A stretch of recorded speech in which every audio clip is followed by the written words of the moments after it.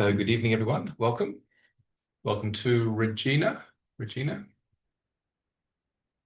And also welcome to those that are connecting online, including Loretta, who I mentioned I'll be talking about the Buddhist Bible tonight, following on from Loretta's question last Thursday. But firstly, let's settle into our meditation. Taking some time for some meditation to calm and settle the mind. So having established our comfortable sitting position, aligning our body with some degree of symmetry, balance, poise, helping to enable an inner mindful presence. Our eyes gently closed, helping to bring awareness within. And having our initial deep, relaxing, letting go breath. Breathing out any stress tension that might have been building in our body over the happening of the day, the happening of the week so far. Breathing out, relaxing, releasing, letting go. Using this time to let go of issues, worries, concerns, roles and responsibilities. Giving the brain mind a break from the need to be thinking thoughts about what has been, thoughts about what might be, and just tuning into the present moment. A mindful awareness, a calm, objective, receptive, attentive knowing of the present. This place and point of existence is always only the present. And for our meditation, using the naturally occurring sensation of our breath as our reference point for the present. But firstly, relaxing awareness down into our body, feeling into our body with awareness, feeling grounded, settled, centered, present. Sensing our body sitting.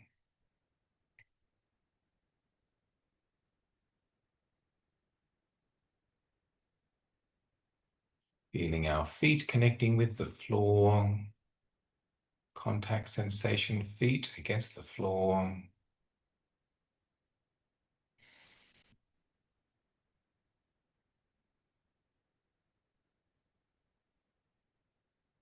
Feeling our body connecting with the chair, the cushion, or the meditation stool.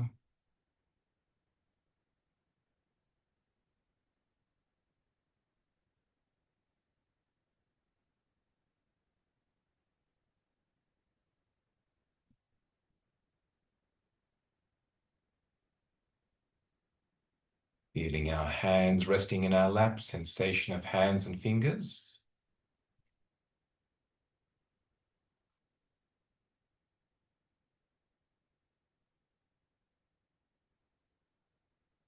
Then bringing our awareness up to our shoulders, relaxing our shoulders without disturbing the uprightness of our back.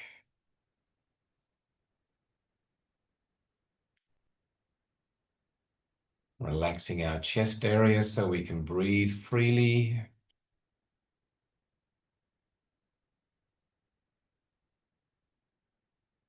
Relaxing the abdomen belly area so our diaphragm can extend fully. And just allowing our body to settle into that soothing, rhythmical movement, the gentle rising up with the in-breath, relaxing down with the out-breath. Not forcing, not controlling, just allowing the body to find its natural rhythm and process of breathing.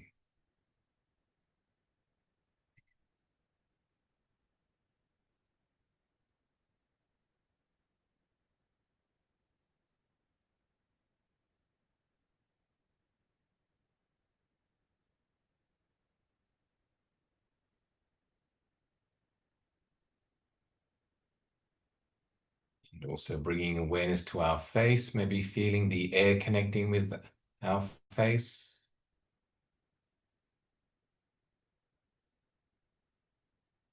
Noticing some degree of light coming in through the closed eyelids and looking into that lightness, brightness, or blankness.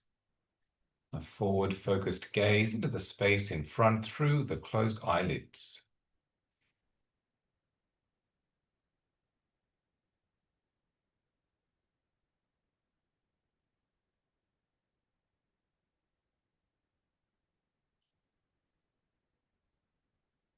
And not being disturbed or distracted by background sounds if we hear any.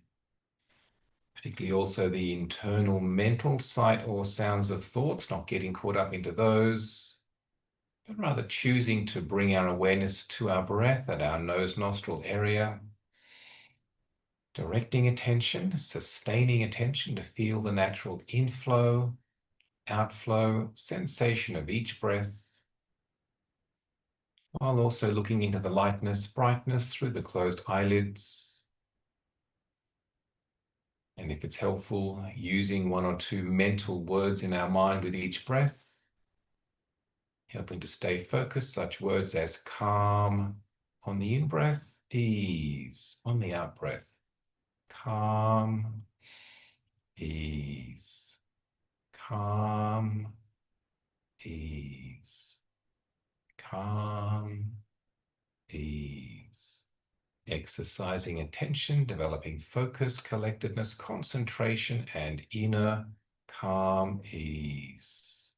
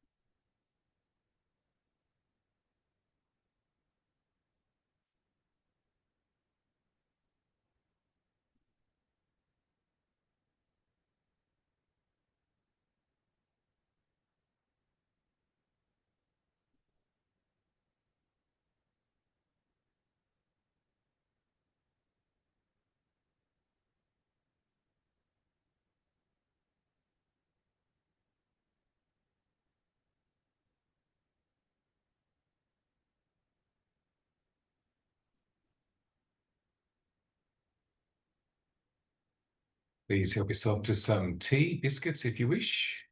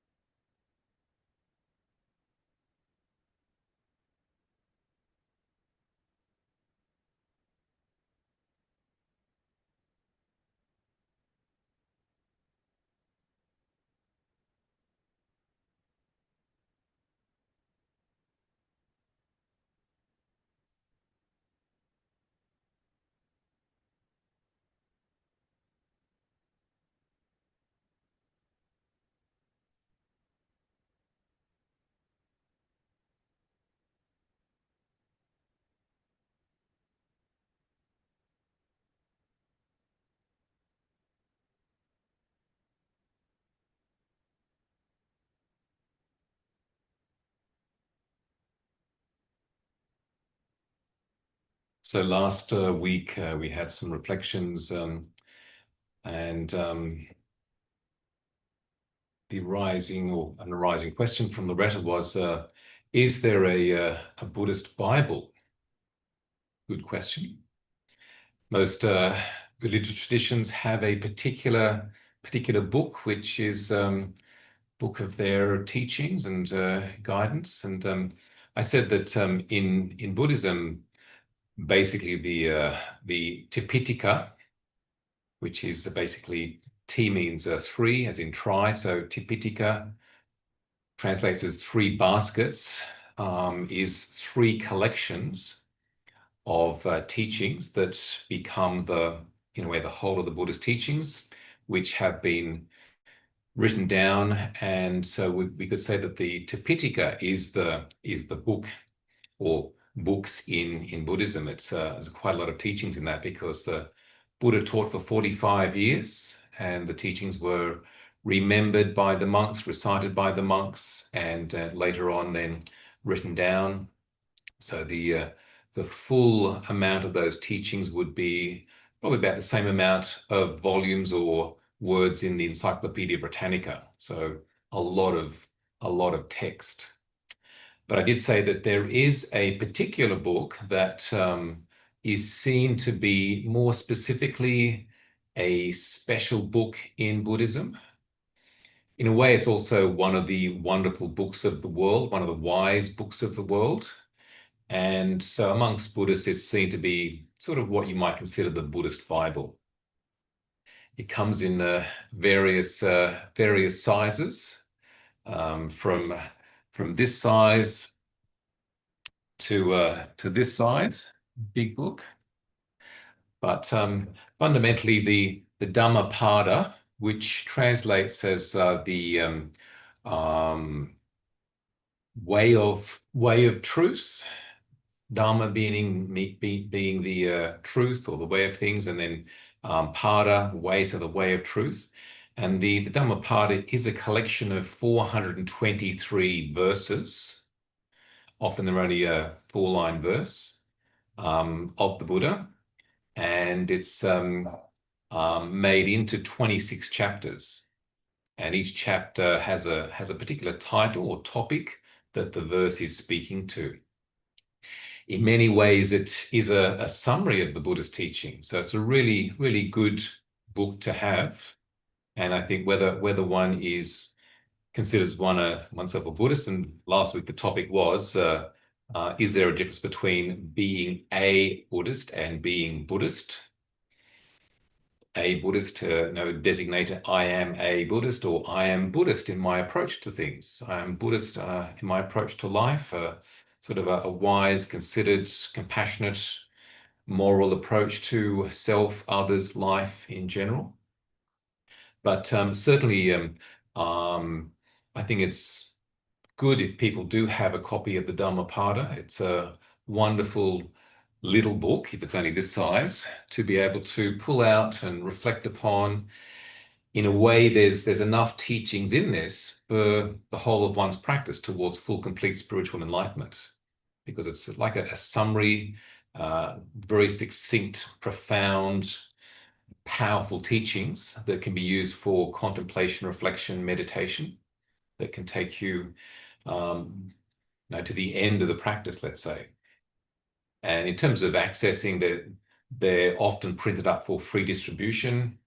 This one here is actually a fairly recent one, produced by the Forest Sangha. So I was a member of the Forest Sangha, and Ajahn Manindo, who's a New Zealand Buddhist monk who was in Thailand for many years and has been based in England for many years now, put this together, sort of like a retranslation, a little bit more contemporary of the Buddhist teachings, because often what comes out is like a new translation of the Pali using maybe more contemporary words or different words that people can relate to them. And so Ajahn Manindo put this one together, and some of you might even have a copy of it. I've at times had a number of them out for giveaways and the retreat days. Does anyone actually have a copy of the Dhammapada? A couple of people, that's good, that's good. But it can be a really nice thing to have. I often, if I'm writing a card to somebody, I might put a verse in it from the Dhammapada, like one of my favorite verses is, a healthy mind is the greatest gain, contentment is the greatest wealth, a trustworthy friend is the best of kin, unconditional freedom is the highest bliss. So sort of a nice, succinct teaching. Or when I'm putting together courses and course notes, I often have a verse from the Dhammapada that relates to something in the course, because it's very, very inclusive of our experience of life. It's basically resourcing the Buddhist teachings into succinct little verses that relate to so many different topics. So, for example, the 26 chapters or topics. So the first one is pairs, and that's where there's verses are paired with a positive and negative. And then topic of awareness, the mind, flowers, the foolish, the wise, the awakened one, the thousands, evil, aggression, old age, the self, the world, the Buddha, happiness, affliction, anger, pollution, the just, the path, various, hell, the elephant, craving, the renunciant, and great being. So the verses relate to those particular topics. And what makes a small copy like that different from, say, a bigger copy like this, and even these bigger three, is that this one's translated by K. Sri Dhammananda, Buddhist monk. Nice sort of hardback copy. What makes it different is that, for example, they have the Pali teaching, so what the Buddha actually said, the translation in English. Then they have the actual story. So all the verses of the Dhammapada come from an occasion, a particular, and it's the story's written down. So, for example, this one just briefly. Kisa Gotami lived in Savatthi. She was born as Kisa Gotami because of She was known as Kisagotami because of her slim body. Kisagotami married a rich young man, and a son was born to him. The son died when he was just a toddler, and Kisagotami was stricken with grief, carrying her dead son. She went everywhere asking for medicine that would restore her son to life. People thought that she'd gone mad, but a wise man, seeing her pathetic condition, decided to send her to the Buddha. He advised her sister, the Buddha is the person you should approach. He has the medicine you want. Go to him. Thus she went to the Buddha and asked him to give her the medicine that would restore her dead son to life. And so it's a little bit more of the story goes on. It's only like a page or so.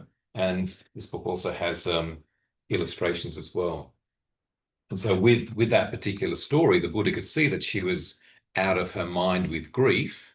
And yes, he had medicine for her, not to restore the life of her son, but he said, I can help you. I can help you.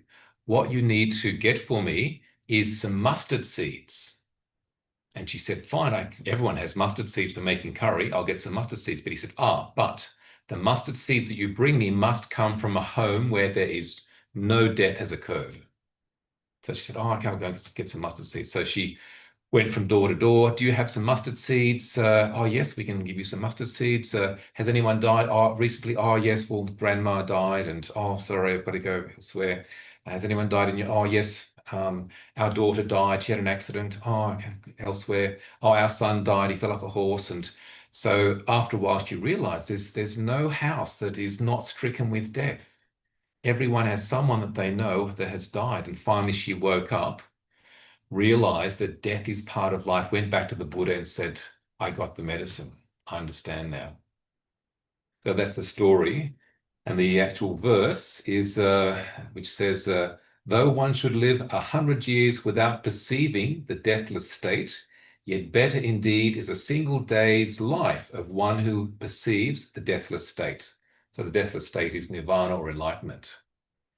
So better to realize that than have 1,000 or 100 years of life unaware of living in ignorance. So they're little short verses based upon a story. So this book actually has the stories, as does this book here. This is slightly bigger. This one's also by K. Sri Dhammananda. Bigger version, color plates. So for example, and often in Buddhist households, they have these books if the children can actually look at them, and the parents might sort of do some sort of study work with them. Have a look if you like. I'll pass them around. Thanks, Kylie. Take that one as well and pass it on. Thanks. And then this one here, which is very big. Anniversary edition. Pardon? Anniversary edition. Probably. And it's calling it Treasury of Truth. A little bit sort of a bit more than, say, Dhammapada. And it's put together by Venerable Vergoda Sarada Mahatero, so Sri Lankan senior monk. And so this has, like, again, some artwork, story, the Pali translation, and also a commentary as well. Not a pocketbook. Mm. Yeah, it's like nice sort of artwork and again, for families would show children and they'd read a story and learning about the Buddha's teachings in that particular way. The original verses were the Buddha's words. Yes, yeah. But smaller ones, like this one. This is an old copy. I think it belonged to my father, and it just has the English, so hence it being a small one. This one here by Venerable Narada, and it's got the Pali and the English together as well. And this one here, which is a really sort of nice pocketbook to have. Pass it over, have a look.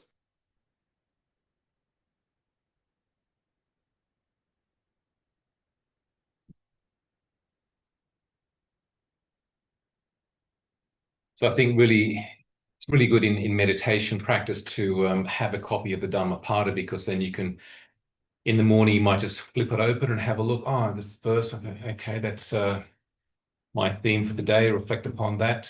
Or even like for the week, to write it out. And so it's contemplation, or you might want to look through and choose a verse that relates to something that you're working on. It might be to do with, say, dealing with anger, dealing with people that have anger, and so you find something to do with anger. One of the verses goes along the lines of anger never ceases through anger. Anger only ceases through love. Love alone is the cessation of anger. So it's like, okay, reflect upon that. I need to let go of my anger towards those people. Many of the verses are about self-reliancy in terms of doing the practice, not relying on someone else or something else, about putting in the effort to do your meditation, develop your clarity, develop your wisdom.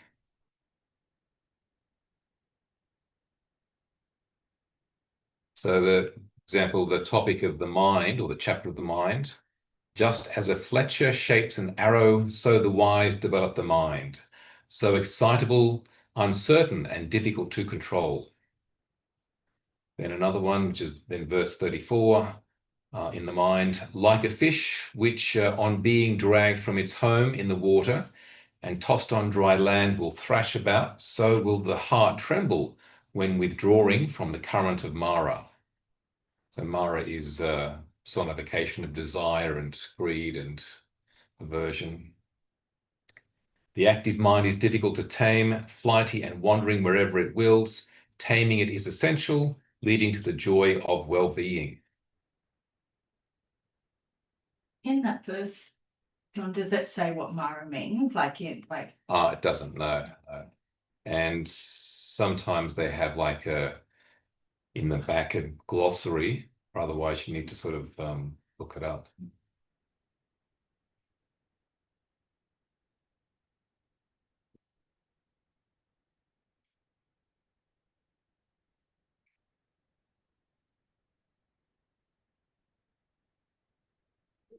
Stories come first, and then they made the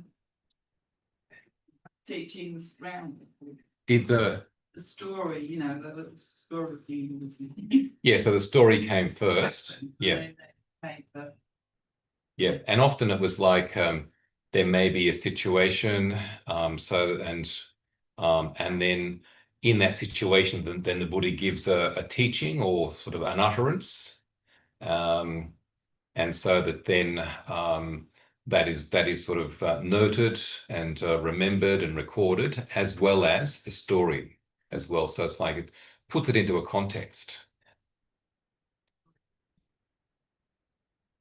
Kind of additional to the discourses. Yes, yes. So it's like a mini. Yeah, so the Dhammapada is extra to there's the discourses. Yeah.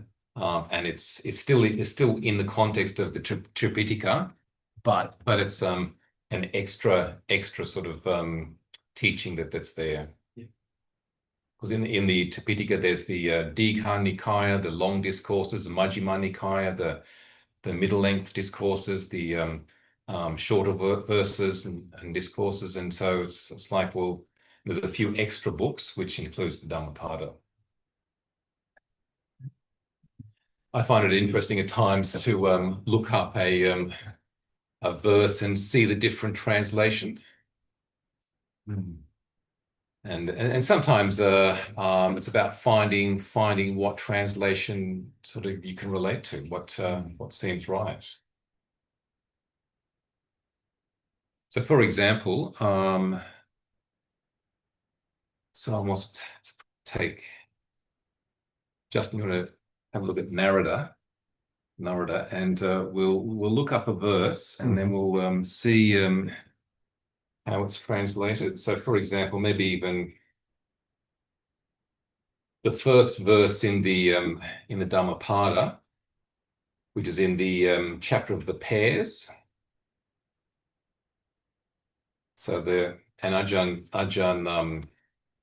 Munindo, he translates it as, all states of being are determined by mind. It is mind that leads the way. Just as the wheel of the ox cart follows the hoof print of the animal that draws it, so suffering will surely follow when we speak or act impulsively from an impure state of mind. And that sort of ties in with the second one. All states of being are determined by mind. It is mind that leads the way. As surely as our shadow never leaves us, so well-being will follow when we speak or act with a pure state of mind. So there's the pairs. Justin, you've got that first one in that copy? I'm just trying to find it. It'd be the first one in the book. Is that one called Evil Begets Evil? So it's the pairs. Chapter is the pairs, and it's The twin verses that they're called Yeah. here. and number 1, Yeah, 1 and 2. 1 and 2. So yes, I think. So mind is the forerunner of all states. Mind is chief. Mind made are they. If one speaks or acts with wicked mind, because of that suffering follows one, even as the wheel follows the hoof of the draft ox. And then the second verse. Mind is the forerunner of all good states. Mind is chief. Mind made are they. If one speaks or acts with pure mind, because of that happiness follows one, even as one's shadow that never leaves. So it's Slightly different. same sort of theme, same sort of metaphors, but slightly different wording. And Nikki, you've got that. Yeah, What does it say in your one? Oh.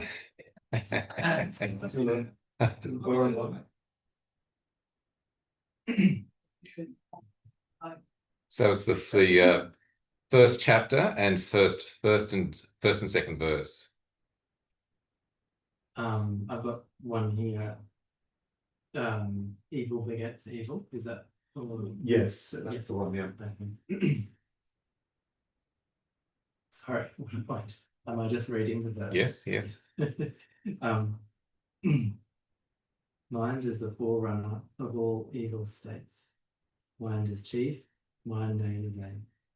If one speaks or acts with a wicked mind, because of that, suffering follows one, even as the wheel follows the hoof of the draft ox. And the next one. Good begets good. Mind is the forerunner of all good states. Mind is chief, mind made are they. If one speaks or acts with a pure mind, because of that, happiness follows one, even as one's shadow that never leaves. That's exactly the same. Exactly the same. John, could you read yours again? Yeah, Because- sure. Okay. Thank you. Yeah. All states of being are determined by mind. It is mind that leads the way. Just as the wheel of the ox cart follows the hoof print of the animal that draws it, so suffering will surely follow when we speak or act impulsively from an impure state of mind. And the second one, all states of being are determined by mind. It is mind that leads the way. As surely as our shadow never leaves us, so well-being will follow when we speak or act with a pure state of mind. It's just sort of slightly expanded on, isn't it? Yeah, I feel like that's more That's more contemporary. temporary. Yeah. Which it is. Sort of use the word well-being, which is probably different to happiness. Yeah, well, this is this is certainly the latest one that I have, even though it's the date of this is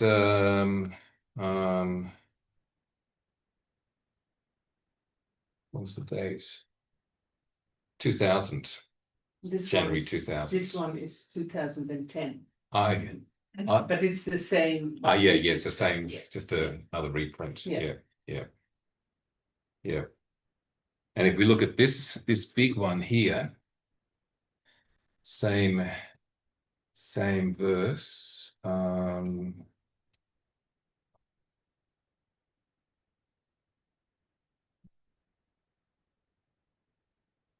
Mind precedes all knowables.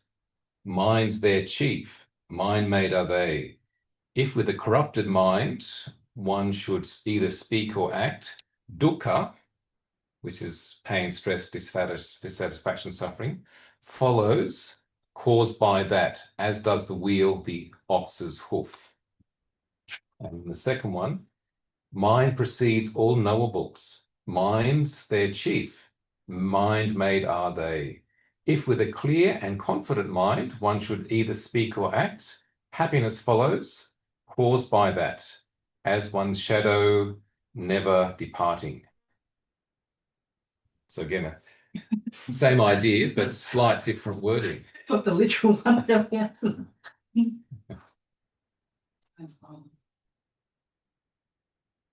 And you could probably, and they've even got a That's they've it. got Yeah. the ox cart here. In this one, it says it starts with mind is the forerunner of all evil states. Yeah. All evil is in brackets, like that's been added. And the second one, mind is the forerunner of all good states. They've added the all good and the all evil there. Whereas actually, when you look at the verses in Pali, they're the same. Right, yeah, Which is- yeah. The one you just did, they were both the same.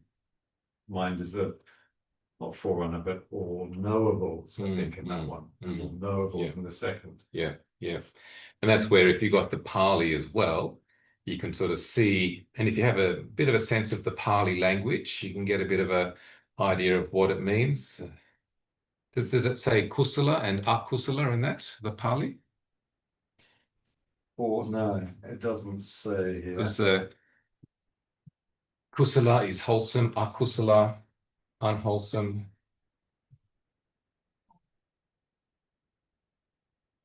No, it's got mano pubangama dhamma, Yeah, mano setta mano maya, yeah. manasa cha parutena, vasati va karoti va, tato nang dukkam veti, chakang va vahoto padang. So how would you translate that, John? Like they have.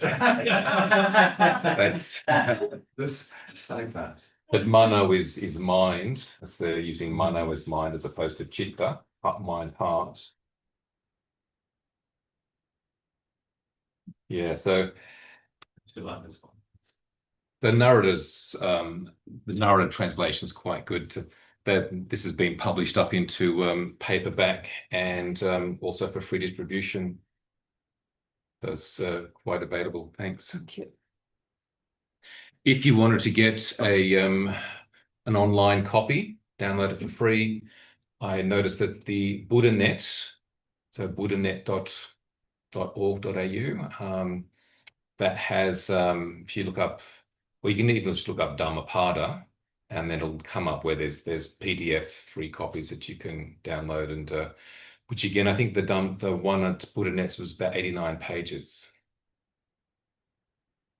But again, it's something that you can look out for. Sometimes the secondhand bookshops have them, or Buddhist monasteries have them. But again, nice to have a copy of your Dhammapada and to read it and look into it and even remember some of the verses.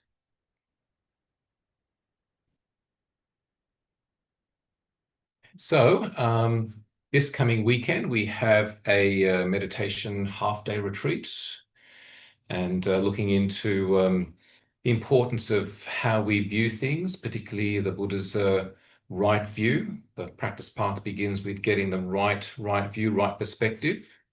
How we perceive then affects how we then receive or accommodate experience.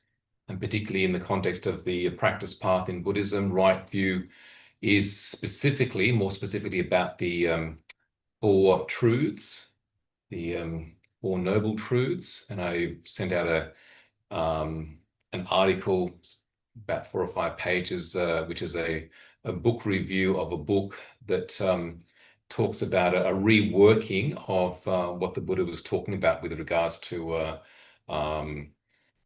right view, and particularly the 4 truths, 4 noble truths, and how they are to be used as a meditative perspective for developing understanding, not necessarily universal truths, everything is suffering, but more like looking at this is disappointing, this is distressing, as a meditative philosophical reflection. So I'll be looking into that a bit for the Sunday meditation day from 9:30 till 12:30. Still space if there's anyone hasn't yet registered to come. Just send me an email or a text. Thanks for coming out this evening. It's not raining. It was last Thursday.